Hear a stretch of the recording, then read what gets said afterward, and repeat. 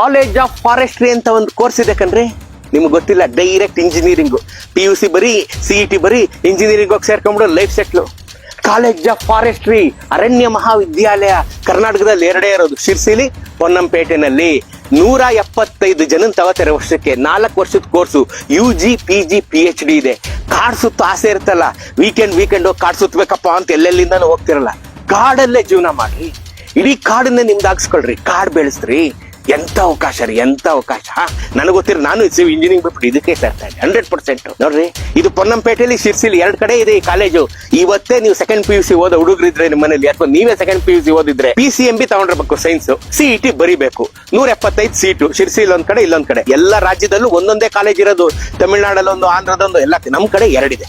ಪೊನ್ನಂಪೇಟೆಯಲ್ಲಿ ಓದೋ ಭಾಗ್ಯ, ಶಿರ್ಸಿಲ್ ಓದೋ ಭಾಗ್ಯ ಎಷ್ಟು ಜನಕ್ಕಿದೆ ರೀ. ಕಾಡಿನ ಮಧ್ಯೆನೆ ಓದಿ, ಕಾಡಲ್ಲೇ ಕೆಲಸ. IFS ಮಾಡ್ಬೋದು, ಇಂಡಿಯನ್ ಫಾರೆಸ್ಟ್ ಸರ್ವಿಸ್. IFS ಮಾಡ್ಬೋದು, UG PG PhD ಮಾಡಿ ಕಾಡಲ್ಲೇ ನಿಮ್ ಜೀವನ ಎಲ್ಲ ಕಳೆದು 150 ವರ್ಷ ಬದುಕಬಹುದು ನೀವು. ಯೋಚನೆ ಮಾಡಿ, ಒಳ್ಳೆ ಕೋರ್ಸ್ ಕಂಡ್ರೆ, ಒಳ್ಳೆ ಕೋರ್ಸು. ಇಂಥದ್ದೊಂದು ಸದಾವಕಾಶ ಉಪಯೋಗಿಸ್ಕೊಳ್ಳಿ. ಕಾಲೇಜ್ ಆಫ್ ಫಾರೆಸ್ಟ್ರಿ ಎದೆಲ್ಲಿ ಜಲ್ಲೆಲ್ಲನ್ವೇನ್ರಿ.